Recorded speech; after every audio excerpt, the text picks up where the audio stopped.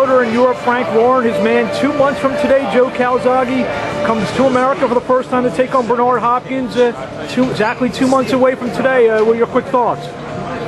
What are my thoughts on it? My thoughts on it that it's a fight I can't wait for as far as my man's concerned.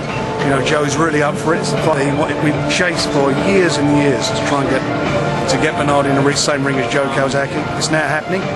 Joe's training very hard for it, and he's looking fantastic shape, as you'll see today.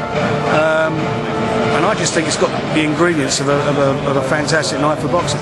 How difficult was you knowing that Joe could put, he's proven against Manfredo, against Kessler, you guys did 60,000 people, to take that fight out of your home area and bring it here? Well, the truth of the matter is that Bernard wouldn't come to the UK, so we've come to Bernard's home, so that's what it took to do the fight.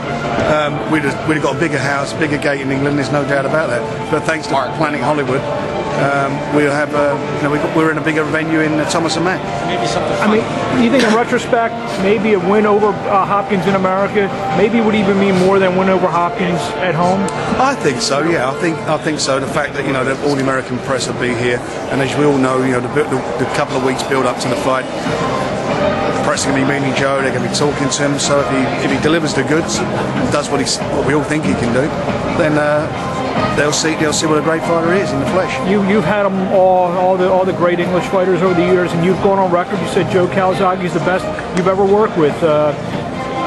What's left, win over Hopkins, and what would be left for him to accomplish? I think, if he beats Bernard Hopkins, he's cemented his legacy in Britain, and I think indeed in the world as a super middleweight, undefeated for 21 fights.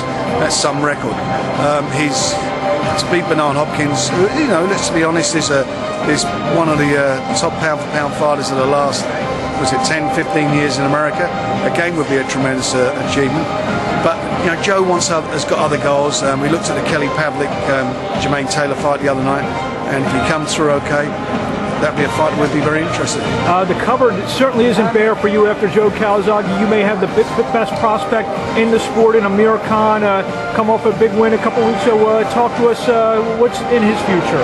He's fighting in his hometown in Bolton on the 5th of April. He's got an eliminator for the WBO title. He's fighting a guy called Chris Jansen, who's ranked number 2 by the WBO. Hopefully he comes through that okay. And I hope he will. We'll look and see what opportunities we've got for him. The thing about Amir is he's still a baby. He's still got to mature physically. I need him in learning fights all the time. And he does learn from his fights. And I agree with what you say. I think he's the hottest young prospect out there. But we've got to say, I'm not going to throw him in the deep end yet. It's crazy. I mean, anyone can make world title fights for fighters. The objective is to make the fights that you believe your fighter can win and go on and defend the title. And that's what we're trying to do with Amir. But what I want to do is bring him out here, and I'm trying to get him out here sometime in June. That was actually my next question. Because of he's a very personable kid, would probably sell a lot quicker in America than maybe certain other fighters that would that would come over here. So you basically, how far do you think he's from a Juan Diaz or one of those type of guys? I think he's probably about 4 or 5 fights away from fighting one of those guys. But we'll see what happens after his next fight. I mean, he did very well in his last fight against a guy. I mean, the scoring in the fight, where it's a complete shutout, doesn't reflect what the fight was. He was always there, Sinclair. Tough guy, made him think and made him work the whole fight. But it was a good learning experience for him, and I think he got a lot more out of that than knocking somebody over in 2 or 3 rounds. But bringing him over here, he had a bit of an audience in winning the silver medal. Young guy, only had 11 senior contests as an amateur before winning the Olympic medal. But to get him out over here, I think will be great for him, for British boxing, and indeed for world boxing. He's a quality young fighter. Then on March 8th, we talked about Hopkins and Calzaghe. As a fight that was done, it wasn't done, it was done, it was done, now it's done. Fight that I know you've been trying to make for the last year has finally happened. Enzo Maccarinelli and David Haye, all English for the Cruiserweight Championship of the world. Yes, these two guys, I think, are the 2 biggest punchers in world boxing now. And I'm not saying that as a hype. It's absolutely sold out with about 300 tickets, if that left.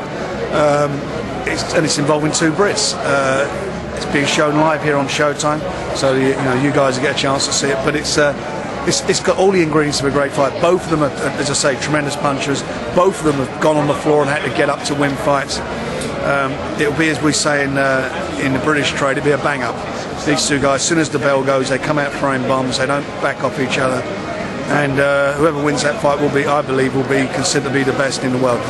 Anything else you want to promote that while we have you? No, we've got some good youngsters coming through. Young Kevin Mitchell, Michael Jennings. We've got some really good kids coming through in Europe, and I'm hoping we can showcase them over here in the near future. We thank you. Wish you best of luck. Thank you.